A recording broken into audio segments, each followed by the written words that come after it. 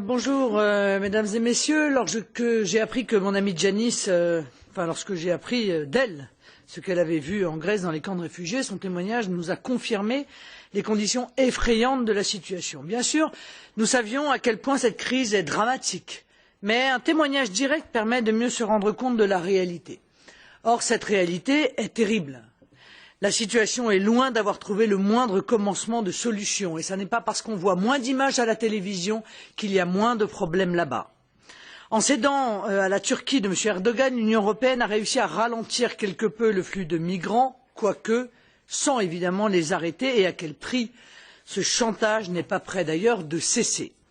Mais sur le fond, l'absurdité règne toujours sur le système. Les migrants qui se trouvent en Grèce y sont bloqués, les frontières internes étant paradoxalement mieux tenues que les frontières externes.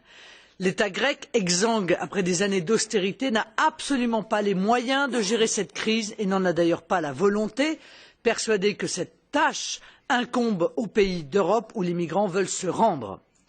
L'Union européenne a dépêché quelques centaines de fonctionnaires de différentes agences, mais il ne s'agit que de gérer l'urgence, pas de trouver des solutions de long terme.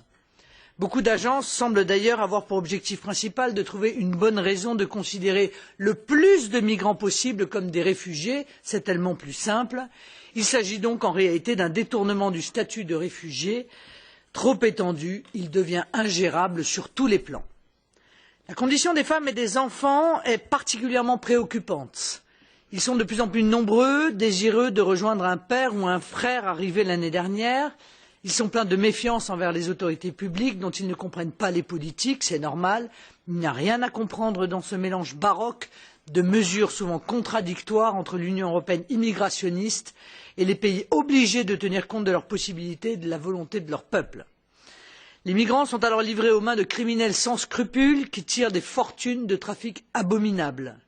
On constate une multiplication des violences faites aux femmes et aux enfants. Les réseaux de prostitution opèrent en toute impunité. Certaines des ONG qui gèrent les camps entretiennent les migrants dans l'illusion, Giannis l'a rappelé. Avec le HCR, au lieu de se limiter à l'aide humanitaire, elles cherchent à peser sur les politiques menées afin de faire progresser leur idéologie sans frontiériste. Elles instrumentalisent, elles aussi, ceux qu'elles prétendent secourir, au lieu de se concentrer sur leur rôle, aider les personnes en détresse. Les peuples d'Europe, et particulièrement les Français, ne sont pas d'abominables privilégiés sans cœur. Ils connaissent une dégradation continue de leurs conditions de vie depuis des années. Le chômage de masse et la pauvreté grandissante les inquiètent pour l'avenir de leurs enfants. Ils voient de plus en plus de jeunes, et surtout de jeunes diplômés, quitter la France faute de perspectives.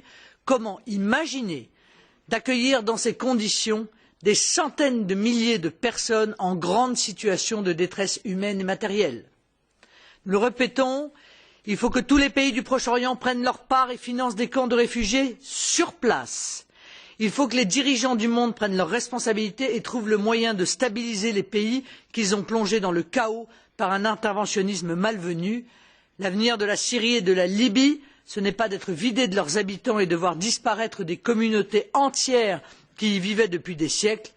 L'avenir de la France, de la Grèce et de toute l'Europe, ce n'est pas de devenir un immense camp de réfugiés géré par des mafias diverses au détriment de tous. Je vous remercie.